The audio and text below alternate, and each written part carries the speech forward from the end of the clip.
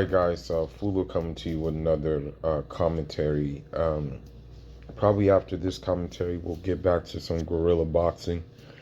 But you know, I've done commentary on her before, and you know, at the end of the day, this woman, she probably needs to be like put in a psych ward or something of that sort in order to like just in order for her own sanity.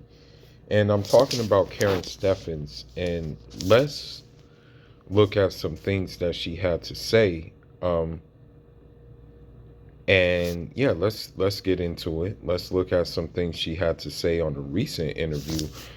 Um, you know,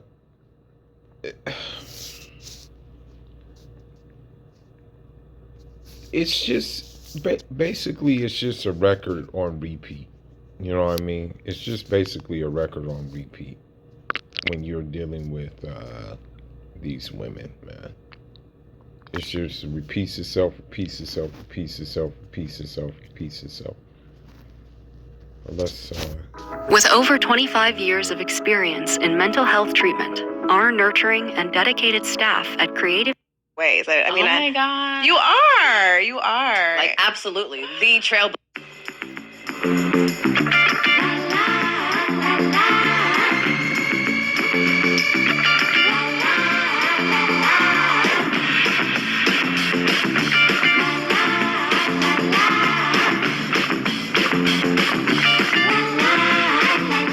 I mean, the name of the show even is Good Mom's Bad Choices.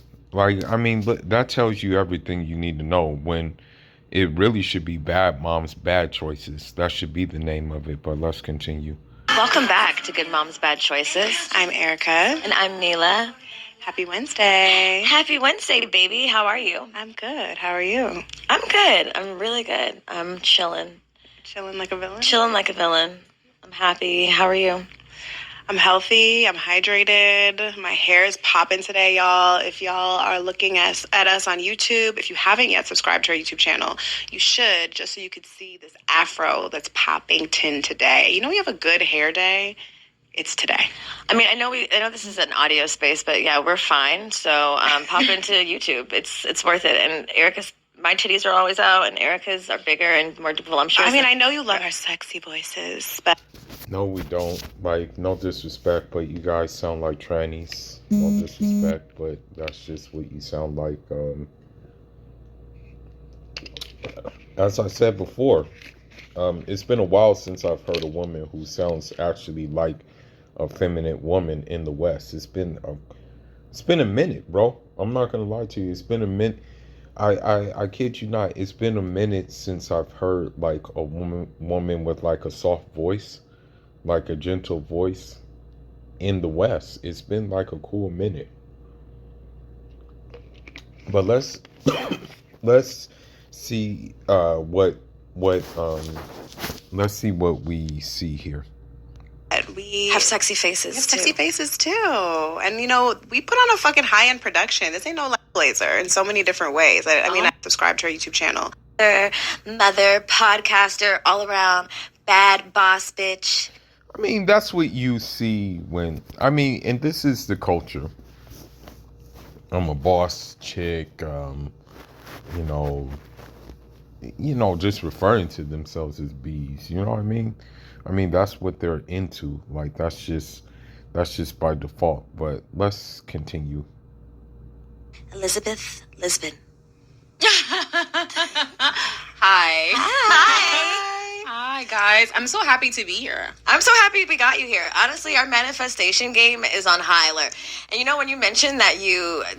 Yeah, be careful of these manifest chicks, too. Like, they say they're able to manifest things like how to manifest a high-value man, how to manifest a Birkin bag, how to manifest all these things. And in essence, what that's saying is how not to get your ass up and go get it if you want something of that sort. That's basically what they're saying when they say our manifest game. You know, that's what they're saying. So just keep that in mind. Didn't have social for a minute. I was like, I know she didn't because I looked. I was like, I looked for you, and I could not find you. And I was like, where the fuck is she at? And then you popped up, and I was like, yes, God. Answer. I literally had to call my high school best friend. There's only two black students at my high school, so all we did was read black books. And I was like, girl, you will not believe who's coming on the show. I was like, I had to call you because I knew you would care, because we read all these books beginning to end, and I'm honored to have you here. Thank you. Honestly, really and truly. I know, I'm honored. You know, one thing about it is too, if a guy is doing, he needs to do to stay in shape, stuff like that, I think he's gonna obviously want a woman who follows his lead. And so if you are like, if you're a woman who's not doing that, then like, why do you expect a guy to like roll out the red carpet? These women are unkept. These women are like really just, it's like, yo, you know, just being real. And the thing is that women will come to this page and say that you're being harsh, you're being insensitive and stuff like that. But you got, like, so it's not insensitive for you guys to like sham someone for their height, something that maybe they can't control. Sham someone for something like that. That's not insensitive. So what I want to get into is I want to show you something that Nailatu alayhi salatu salam said, and I usually always start the I want to say I start the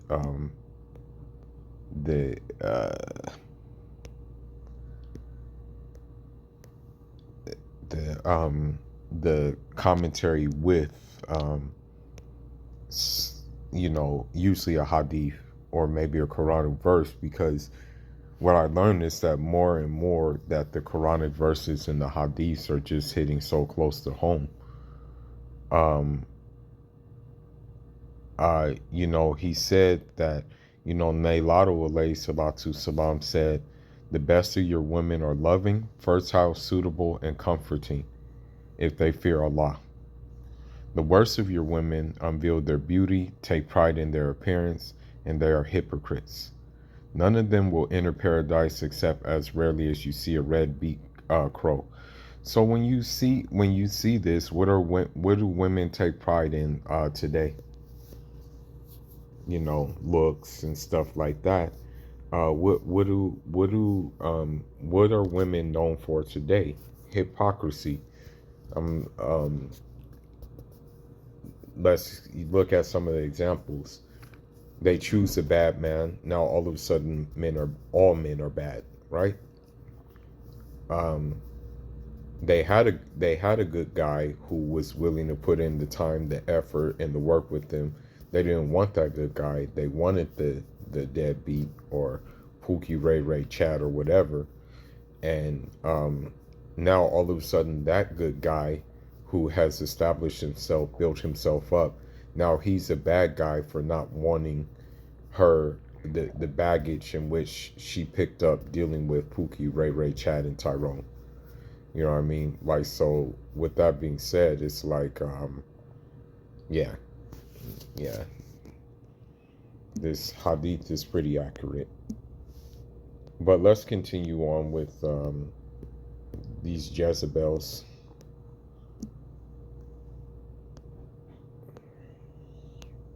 Or two. I have a lot of questions. I'm inspired by you. You're such a trailblazer. So when a woman says that they're inspired by Karrin Steffans, let that be a red flag to you.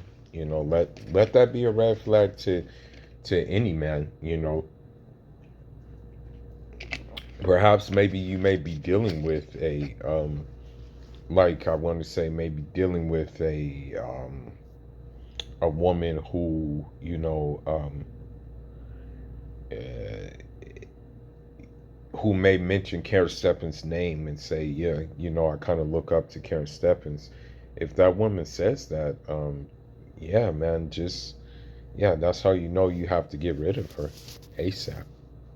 So many different ways. I mean, oh my God. You are. Like, absolutely. The trailblazer for women.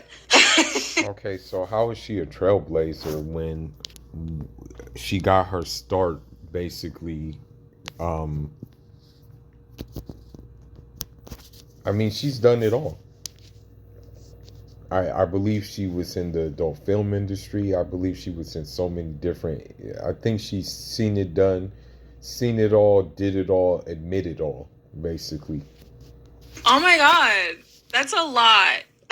And I gotta take it in. I gotta Take take it in, it in. receive I gotta it, girl. take it in. Thank you. I mean, there's no way to get around how things really happened.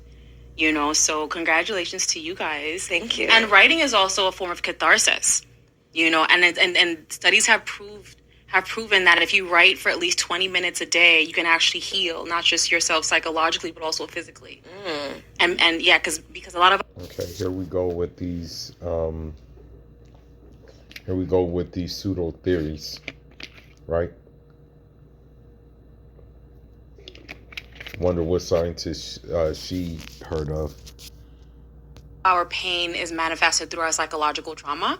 And so studies do show that just in writing your own story, what hurts you, what has happened, digging into the trenches and getting that stuff out that's uncomfortable, that you actually heal yourself in doing so. I received that. I feel that. I received that too. I think also, for us, I know obviously writing is a new kind of medium for us, but talking has been so healing. You know, like Well, all you guys do is talk. So what are you talking about?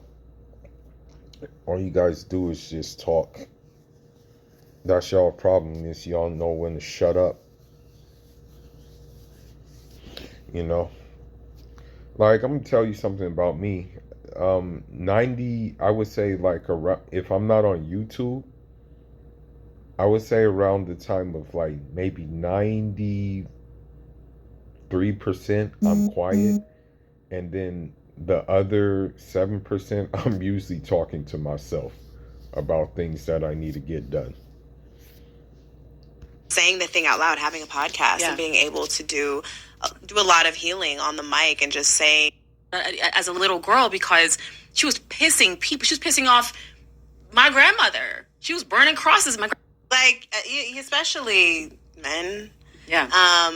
How have you navigated in that space? I mean, obviously, like, you've written books about your truth, and I'm sure you've had a lot of backlash because of it, and people trying to probably saying, like, that's not actually what happened, or that's not my truth. Right. You know, like, how do you navigate in those spaces and stand in your truth in that way in those times? Everyone's allowed to write books. Like, I'm not the only person that can do it, right? Like, listen, if this isn't your truth, write a fucking book. Write a fucking book. I don't give a shit what you say, what you do. It doesn't matter to me. The truth is always the truth, right? I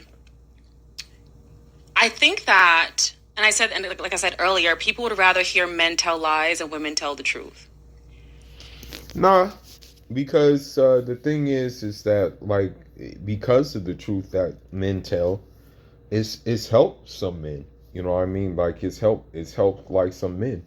It's helped them face, like, the facts that, hey, you know, like, this is what's going on out here. This is what you have to be careful of. This is what you're going to be faced with. This is what these women are up to. So, like, so men rather hear that. It's just that women don't want to hear this. You know, men for the most part aren't lying. Women like to hear lies. Women love hearing lies. Women love hearing that they qualify for certain standards of guy, that they qualify for a certain lifestyle without putting the work in for it. They like to hear that kind of stuff. I've realized, and I've seen it happen over the last almost 20 years of my career, of men in particularly saying, well, a lot of things. People say a lot of things. And all of it is based on my sex and sexuality, as if that negates the truth. Right. Fuck whoever I want, whenever I want. Still the truth. It's still the motherfucking truth. So, yeah, I mean, you can have that attitude, and look at where it's got you. Look at where that attitude has gotten you. Nelato said women is fertile. I wonder how fertile these women are. Because if chances are, if a woman refers to herself as a bad boss, it's dudes are pumping, dumping, pumping, dumping, pumping, dumping. Don't let it fool you. Right. And you talked about this revolution. Here's the thing: people always said to me, like, you were just before your time. Because 2005, I had police escorts to every signing. I had people threaten to kill me at signings. I had armed police guards traveling with me through the country. No, I mean, I'll never condone violent or heinous acts by anybody, right?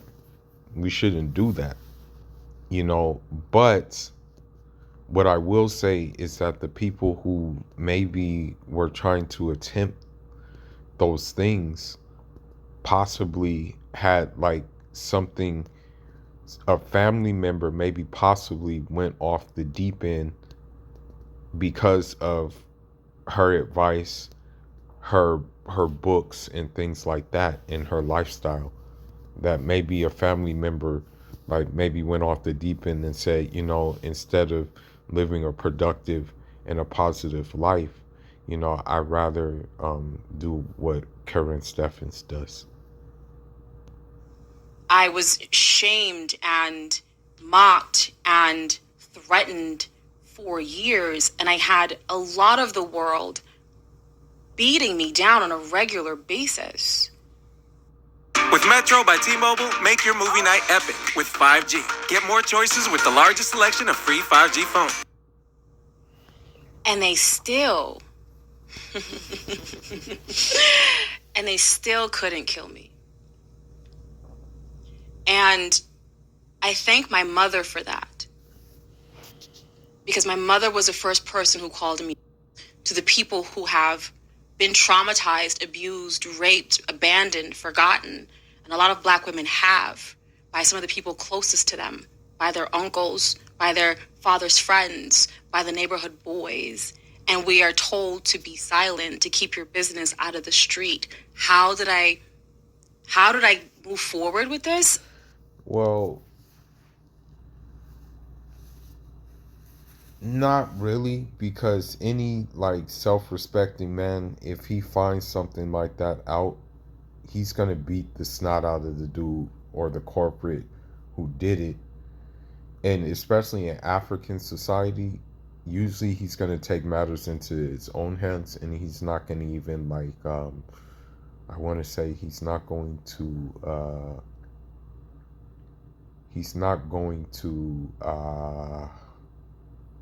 like leave it in the law's hands. He's usually gonna become the law. I was born into it. I don't know anything different.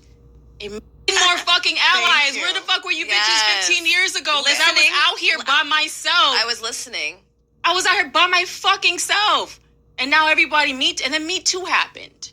Right. This is where the switch came that pissed me off, because the white women in Hollywood got pissed off, and then everybody else wanted to get pissed off because the white bitches said it was okay. And that's what happened. But you guys love them though. You guys hella much love them. Like seriously, you love them. Like, why are you complaining about this? This is what you wanted.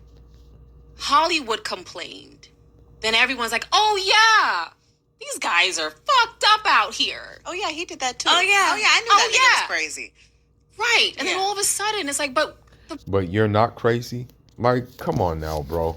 Like even with that Me Too movement, I refuse to believe that all these men were doing all that crap by themselves. There was some kind of there was something that led them on, that allowed them to say, hey, this is what I feel.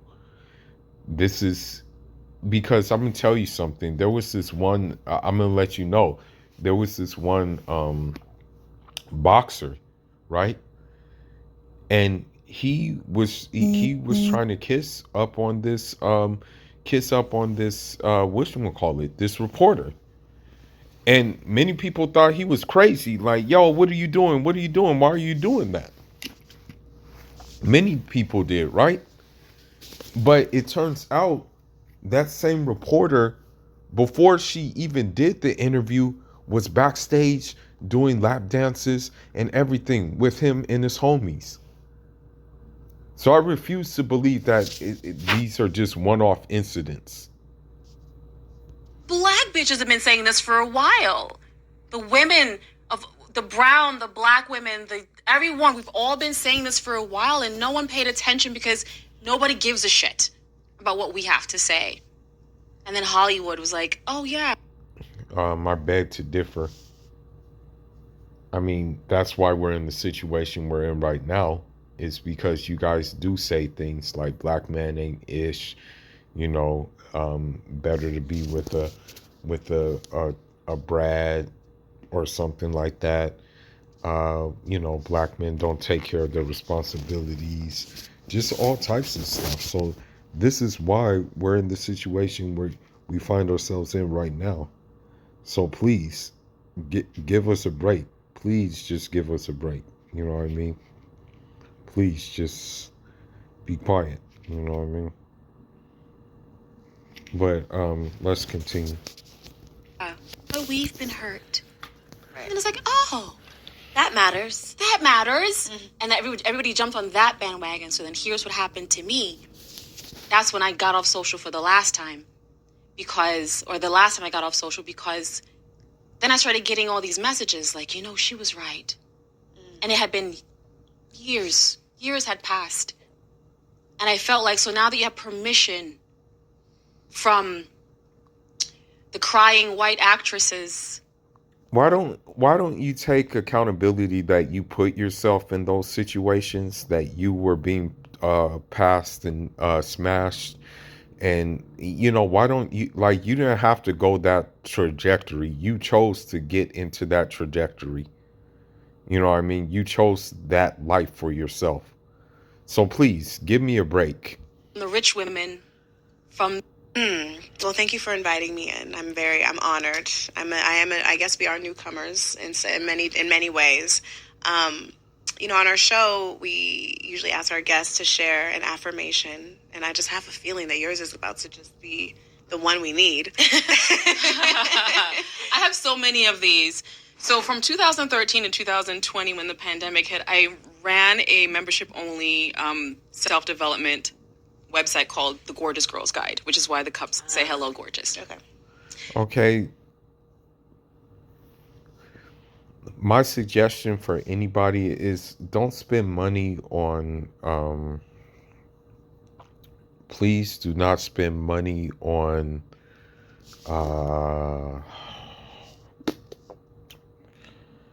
don't spend money on any dating coaches, dating gurus, self-development guides. Don't spend money on those things, because of the simple fact that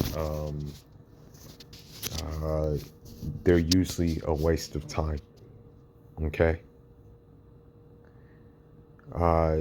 Usually, I know it sounds kind of crazy, but usually the answer that you're searching for is within you. It just takes some digging to do.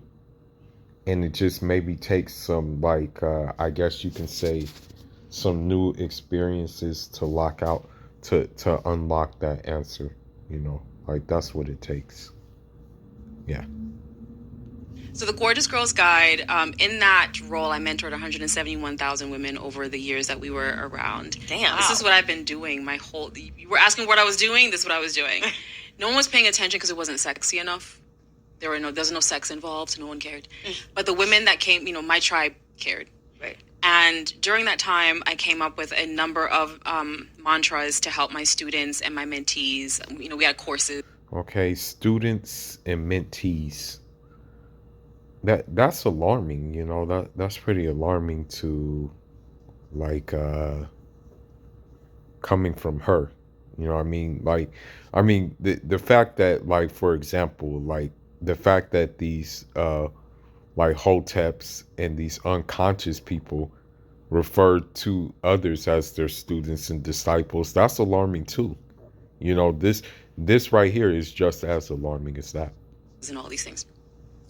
The girl still wanted to come back. I'm still considering it, but it was a lot of work through every facet of my life.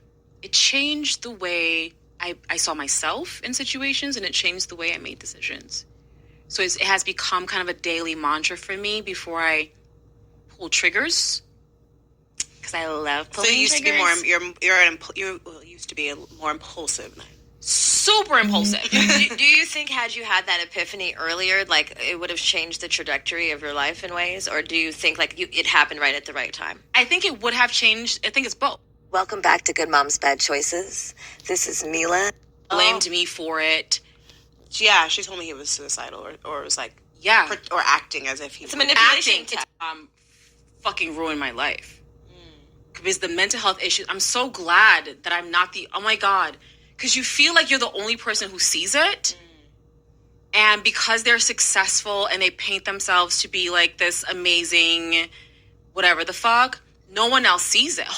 You chose not to have a baby with that person, but like this is such a testament. I really want everyone to understand, like, it doesn't matter how fucking smart you are, how fucking strong you are, how fucking no fucks given you are, how old you are, like, you can be a victim. Yeah. And like, don't take that shit lightly, like, because sometimes I think women like us, because we're like who we are and like we don't give a fuck and we come off like we're confident and we are and we have, you know, there's all these things that you think you will wake up and be in a situation with a crazy motherfucker and be like, what the fuck?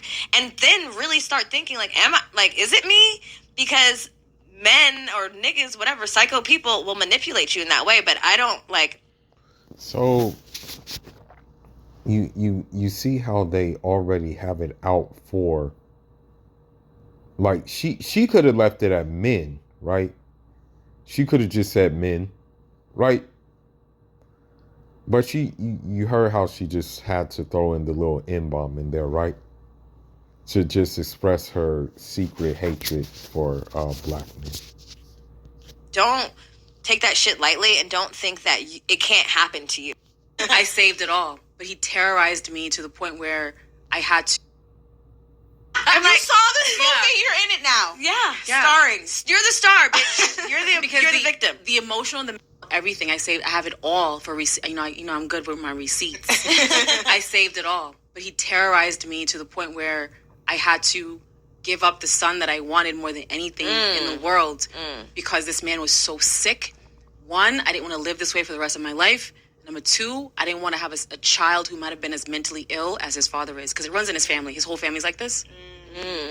So I didn't want to have a child who would do this to another woman later, because we were having a little boy. Breaks my heart to this day. I cry about it every single day still. It breaks my heart to hear it. Still, like as a mom, like this is what I wanted. Right. This is the man, and I still love him. I didn't stop loving him at all. And I can. So, again, bad moms, bad choices. And this is the thing. This is the thing. And you know, obviously this guy would be considered a simp. You know, he would definitely be considered a simp.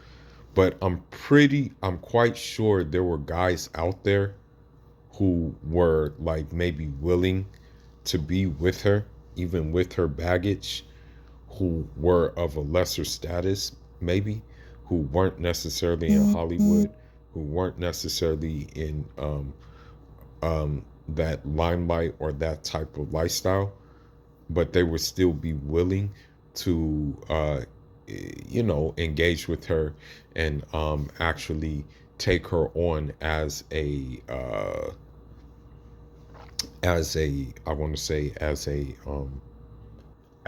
wife. You know, there were probably guys like that, but she didn't want those guys because she was accustomed to certain things. And so, this guy, whoever he was probably famous or something like that. But, you know, a lot of famous people are crazy. Still talk to him. We just spoke recently. And I would love to be with him still. That's what's so fucked up about it. I know. Is that I never stopped loving him. It's just that he's really sick and I can't be with him.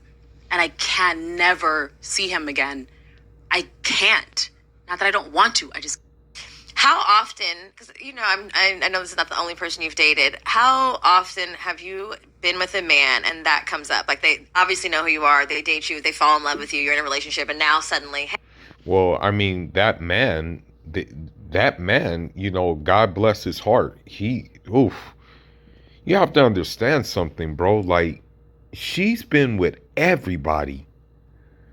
Like, I kid you not. She's had entanglements with so many people. Like, why, as a self-respecting man, why would you even want to even bother? Seriously. I don't like this. You know, like, how often has that been the case? And like, because I guess I'm basically asking, is there hope? Is there hope for us? Well, there's a reason why I often date public people, because they're also very public and we all understand each other.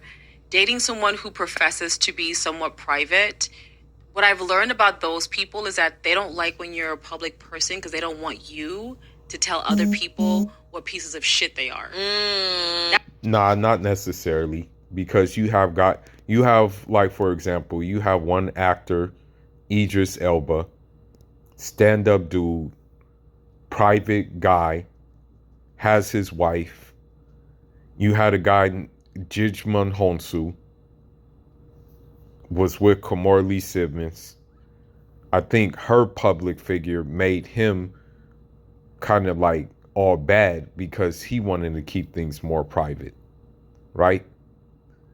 You have guys like you have guys like whatchamacallit, you have guys like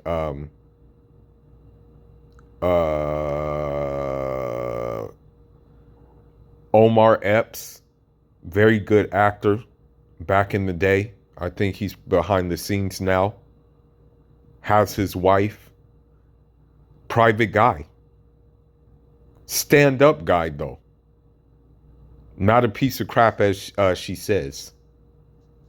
That's the reason why he hated that. That's why he wants somebody that nobody knows so that he can abuse them in private and they have nobody to fucking tell. They can't ruin his life. They can't ruin his career so that he can keep pretending on social that he's fucking perfect when he's really out here ruining bitches' lives. When he's out here calling gynecologists and fucking threatening the whole goddamn office because I'm having his baby and he doesn't know what the fuck to do with it. When he's out here pretending as if he doesn't already have a fucking kid that he doesn't fucking acknowledge. Like, he doesn't want anybody to know anything.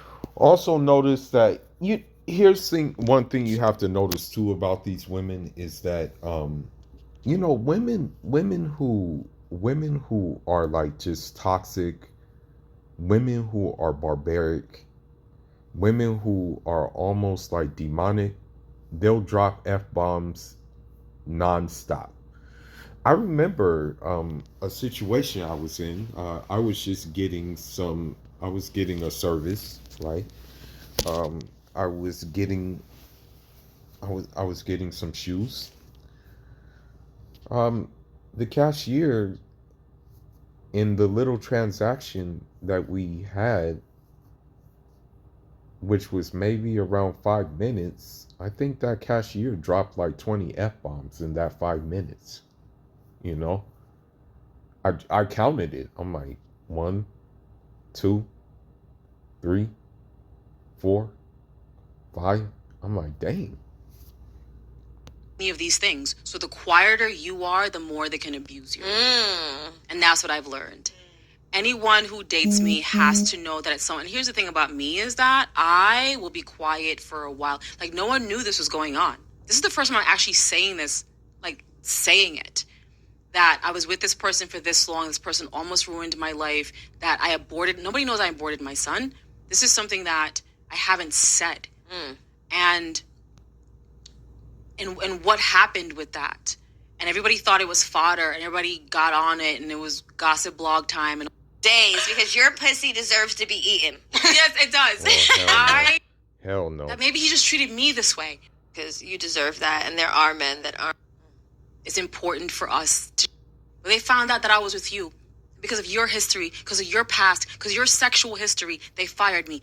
I know logically that's not a thing. Right. Logically, I know that's fucking illegal. Logically. No, But emotionally, I couldn't separate fact and fiction.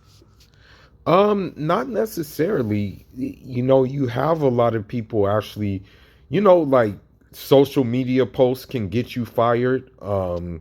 And just things that you do outside of work can get you fired now if you're working in the corporate world. So that's not too far-fetched, because it's like they'll be like, hey, well, you know, you're with the known 304. That's going to be kind of bad for our that's going to be kind of bad for our image, our reputation. So yeah, it's either her or maybe they won't even give you an ultimatum. They'll be like, well, you know, we just got to let you go, you know.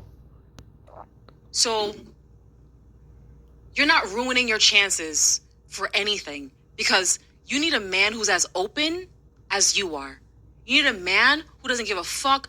No pun intended. About whatever the fuck, because who wants to fucking be with a square who's like, I don't know, I don't want to talk about that. Who the fuck wants that guy? Anyway, I want to be at a dinner party and me and my nigga got some stories. Like, baby, tell him about that one time you fucked that giraffe. You see how crazy she is? You see how crazy she is, though? Saying things about, like, bestiality and stuff like that. You hear how crazy she is? When you was in Africa, tell him. Tell him, baby. They need it now. I want to have... Okay, well, coming from an African, if you did bestiality, you will probably get castrated, you know. And you know, speaking as an African, we probably wouldn't want your kind on our continent anyway, you know. As a matter of fact, we wouldn't want none of these three on the continent. We already have enough problems. We don't need 304 problems. I want to have this kind of openness, this kind of relationship. I don't want somebody who's so fucking, and who squares lie. Yeah. It's not that squares aren't fucking giraffes. They're just fucking lying about it. To save face, to be something that doesn't they exist. fucking not. Yeah. My ex is like that to this day, doing and saying shit and presenting himself in a way that he's fucking not. And men do this all the time. I'm celibate because this man ruined a lot of shit for me. And I'm terrified. You're celibate because no man really wants to go into what you have. That's why you're celibate, you know, like, let's just be honest. But I'm going to end this and then do a part 2.